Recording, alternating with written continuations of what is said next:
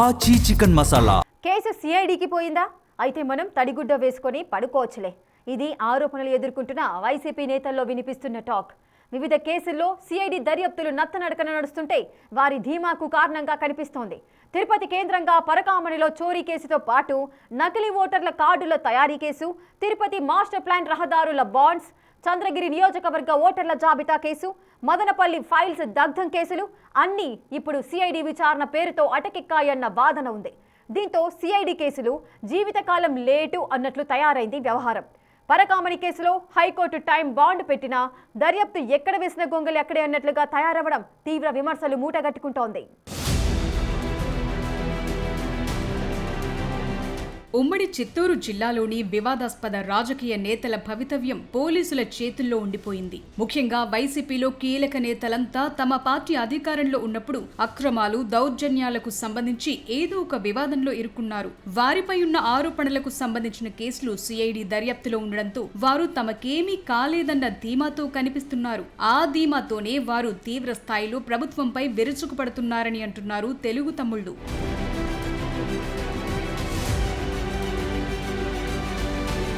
ముఖ్యంగా టీటీడీలో స్వామివారి హుండీ లెక్కింపు సందర్భంగా 2023లో నమోదైన పరకామణి చోరీ కేసు విచారణను సిఐడి, ఏసీబీలకు హైకోర్టు అప్పగించింది. అయితే సిఐడి విచారణలో పురోగతి లేదన్న విమర్శలు వెల్లువెత్తుతున్నాయి. వైసీపీ హయాంలో జియంగార్ మఠం ఉద్యోగి అయిన రవికుమార్ దొంగతనానికి పాల్పడి దొరికిపోవటం, తర్వాత లోక్ అదాలత్లో కేసు రాజీ కావటం చకచకా జరిగిపోయాయి. ఆ తరువాత జరిగిన పరిణామాల నేపథ్యంలో ఆ కేసు రాజీలో పాత్ర ఉన్న అప్పటి ఏవీఎస్ఓ ఆర్ఐ సతీష్ తాడిపత్రి సమీపంలో అనుమానాస్పద స్థితిలో మృతి చెందాడు. ఆ కేసులో నెల రోజుల పాటు హడావిడి చేసిన సిఐడి తర్వాత ఎలాంటి పురోగతి సాధించిందో ఎవరికీ అర్థం కావటం లేదట. దానికి తోడు ఈ కేసులో ఆరోపణలు ఎదుర్కొంటున్న వారు సైతం సిఐడిలో కీలక పదవుల్లో ఉన్నారన్న ప్రచారం సాగుతోంది.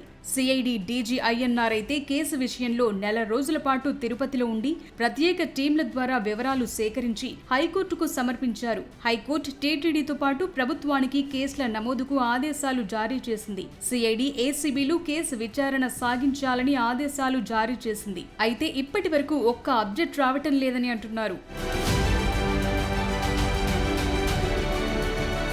2021లో జరిగిన తిరుపతి పార్లమెంట్ ఉప ఎన్నికల్లో ఏకంగా అప్పటి తిరుపతి ఎన్నికల అధికారిక ఐడీని ఉపయోగించి 32,000 నకిలీ ఓటర్ల ఐడి కార్డులను డౌన్లోడ్ చేసి ఇతర ప్రాంతాల నుంచి ఓటర్లను తీసుకొచ్చి ఓట్లు వేయించారు. ఇది దేశవ్యాప్తంగా సంచలనం కలిగించింది. ఆ కేసుకు సంబంధించి 2024లో ఎన్నికల కమిషన్ ఐఏఎస్ అధికారి అయిన గిరీషాను విధుల నుంచి కొంతకాలం పాటు తప్పించింది. ఈ కేసులో కొందరు అధికారులపై ఈసీ వేటు వేసింది. వారిలో కొంతమంది ఇప్పటికీ విఆర్లో సస్పెన్షన్లో ఉన్నారు.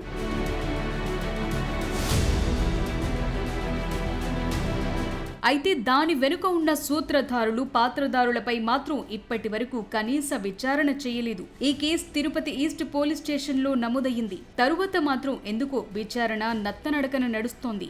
దీనిపై అటు ప్రభుత్వం, ఎన్నికల కమిషన్, సిఐడి బాధ్యులపై ఎలాంటి చర్యలు తీసుకోకపోవటం విమర్శల పాలవుతోంది. వైసీపీ నేతలే ఆ అక్రమాలకు ఊతమిచ్చారని, ఆధారాలు ఉన్నా విచారణలో ఎందుకు ముందడుగు పడటం లేదని సామాన్యుడు ప్రశ్నిస్తున్నాడు.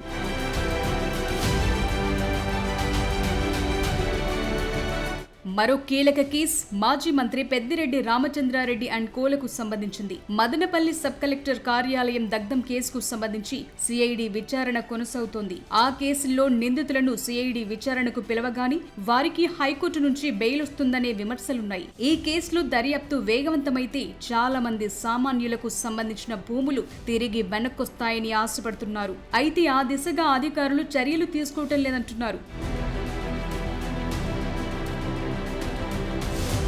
ఘటన జరిగినప్పుడు పోలీసు ఉన్నతాధికారులు వచ్చి హడావిడి చేశారు. ప్రత్యేక కార్యదర్శి వచ్చి వినతులు స్వీకరించారు. తరువాత ఏమీ జరగలేదని బాధితులు అంటున్నారు. ఇప్పటికైనా తమకు తగిన న్యాయం చేయాలని కోరుతున్నారు. సిఐడి అధికారులు మాత్రం 6 నెలలకోసారి విచారణ పేరుతో ఒకరిని పిలిపించడం, వారు బెయిల్పై బయటకు రావటం పరిపాటిగా మారింది. ప్రస్తుతం మాజీ ఆర్డీఓ మురళితో పాటు సీనియర్ అసిస్టెంట్ తేజ మాత్రం జ్యుడిషియల్ కస్టడీలో ఉన్నారు. మిగతా వారిలో కొందరు బెయిల్పై బయట తిరుగుతుంటే మరికొందరు అజ్ఞాతంలో ఉన్నారు.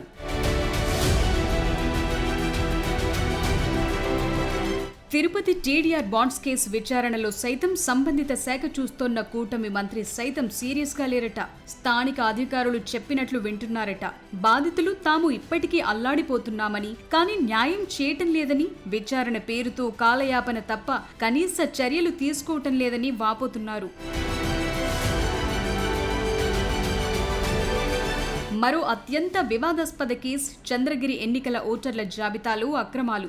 ఓటర్ల జాబితాలో పెద్ద ఎత్తున అక్రమాలు జరిగాయని అప్పట్లో అక్కడ విధుల్లో ఉన్న తిరుపతి ఆర్డీఓ, చంద్రగిరి మాజీ శాసనసభ్యుడు చెవిరెడ్డి భాస్కర్ రెడ్డి, స్పెషల్ ఆఫీసర్ గా వ్యవహరించిన వారిపై ఆరోపణలున్నాయి. చెవిరెడ్డి భాస్కర్ రెడ్డి కార్యాలయం నుంచి ఓటర్ల మార్పులు చేర్పులు చేయటంపై ప్రస్తుత శాసనసభ్యుడు అయిన పులివర్తి నాని డిమాండ్ మేరకు ప్రభుత్వం విచారణ బాధ్యతలను సిఐడికి అప్పగించింది. అయితే ఆ కేసుకు సంబంధించి ప్రస్తుత అధికారులు సిఐడికి సహకరించడం లేదని అంటున్నారు. దీంతో పాటు తుడాలో 500 కోట్ల రూపాయల మేర అక్రమాలపై విజిలెన్స్ అండ్ ఎన్ఫోర్స్మెంట్ విచారణ జరిగింది. అక్రమాలు జరిగాయని నిర్ధారించారు. తరువాత మాత్రం చర్యలు లేవు. టీటీడీలో 2019 నుంచి 2024 వరకు జరిగిన అక్రమాలపై సైతం విజిలెన్స్ అండ్ ఎన్ఫోర్స్మెంట్ విచారణ జరిపి ముఖ్యమంత్రి కార్యాలయానికి నివేదిక అందజేసింది. అక్రమాల్లో 45 మంది ఉద్యోగుల పాత్రపై విజిలెన్స్ నివేదిక ఇచ్చింది. అయితే కనీసం ఓ ఉద్యోగిని కూడా బదిలీ చేయలేని స్థితిలో ఉంది టీటీడీ పాలకవర్గం.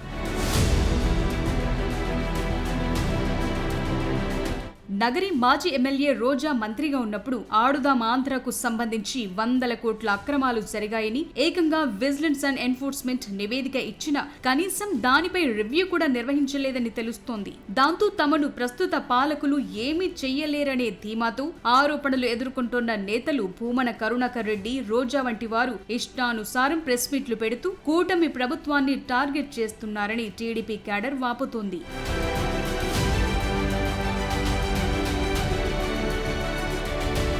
మొత్తం మీద ఆధారాలు ఉన్న కేసుల్లో సైతం సిఐడి విచారణ, విజిలెన్స్ విచారణ పేరుతో కాలయాపన చేస్తున్నారని ఆగ్రహం వ్యక్తం చేస్తున్నారు తెలుగు తమ్ముళ్లు. సిఐడి అధికారులు సాగతీత ధోరణిలో విచారణల తతంగం నడిపిస్తూ వైసీపీ నేతలకు పరోక్షంగా సహకరిస్తున్నారని తమ్ముళ్లు మండిపడుతున్నారు. మరి చట్టం తన పని తాను చేసుకుపోతుందంటున్న కూటమి ప్రభుత్వ పెద్దలు ఈ వివాదాస్పద కేసులను ఎప్పటికి కొలిక్కి తెస్తారో చూడాలి.